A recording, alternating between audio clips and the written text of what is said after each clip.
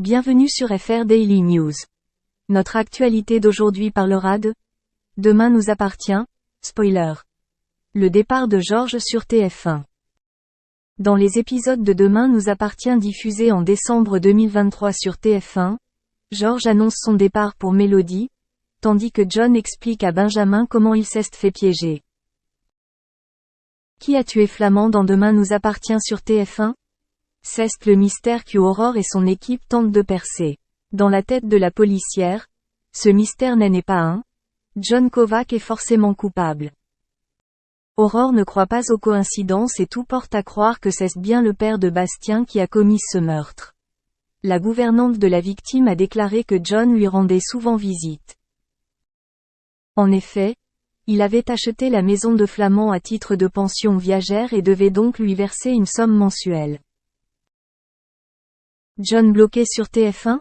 Le fait que les empreintes digitales de John aient été retrouvées sur l'arme du crime et qu'il ait fui la police a convaincu Aurore. Cependant, face à Benjamin, John a toujours clamé son innocence et s'est enfui pour avoir une chance de revoir son fils. Il explique alors à Benjamin qu'il se croyait piégé. En effet, la veille du décès de Flamand, il est allé le voir pour lui demander un report du paiement de la rente viagère, mais il s'est mis en colère et l'a accusé de fraude comme quelqu'un vient de faire quelqu'un d'autre.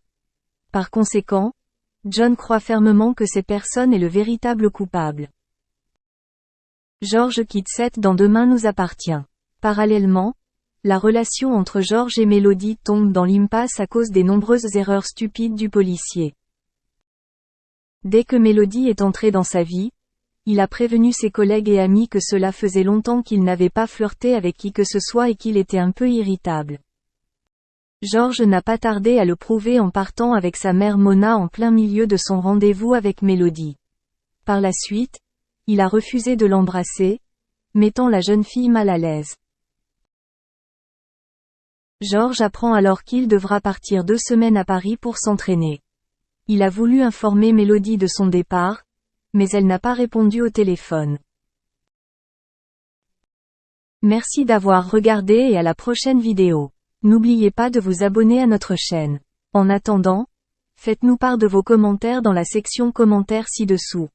Salut à tous, on se retrouve aujourd'hui malheureusement pour une bien triste nouvelle puisqu'on apprend que le comédien Michel Bouquet, monument du théâtre français connu pour avoir joué pas moins de 800 fois Le Roi se meurt d'Eugène Ionesco et césarisé 2 fois pour ses rôles à l'écran, est décédé mercredi, donc aujourd'hui à l'âge de 96 ans, a annoncé son service de presse à l'AFP. Tout simplement, Michel Bouquet est décédé en fin de matinée dans un hôtel parisien, a-t-on précisé. Après 75 ans de carrière, il avait confié en 2019 à l'AFP qu'il ne remonterait plus sur scène après avoir fait son petit bonhomme de chemin inoubliable dans Le Roi se meurt et dans l'Avare de Molière, mais tout autant au cinéma, ce géant de la scène a toujours affiché sa préférence pour le théâtre. Au théâtre, la personnalité de l'auteur est tellement majestueuse, que ce soit Pinter ou Molière, qu'on ne fait qu'essayer de porter la parole plus docilement possible, disait-il. C'est l'oubli de soi qui est le plus important. Il avait toutefois marqué le grand écran aussi en incarnant un étonnant Mitterrand au soir de sa vie dans Le Promeneur du Champ-de-Mars de Robert Guédiguian en 2004, avec un mimétisme qui troublera jusqu'aux proches de l'ancien président.